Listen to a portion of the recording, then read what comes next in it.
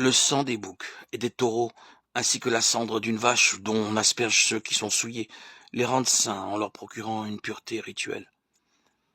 Si tel est le cas, le sang de Christ, qui s'est offert lui-même à Dieu par l'Esprit éternel comme une victime sans défaut, purifiera d'autant plus votre conscience des œuvres mortes, afin que vous serviez le Dieu vivant.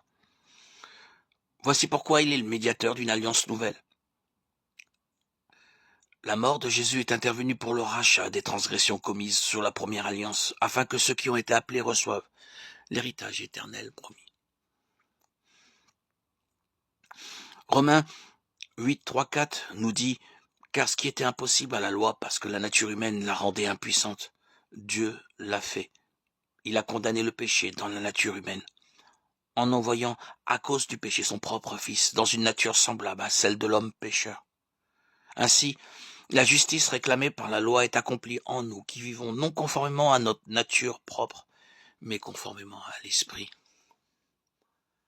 Jésus a clairement payé à Dieu la rançon de nos âmes, sa propre vie, son sang versé en sacrifice. Par sa mort, tous les hommes peuvent accepter le don de l'expiation et du pardon de Dieu. Sans sa mort, la loi de Dieu devrait encore être satisfaite par notre propre mort.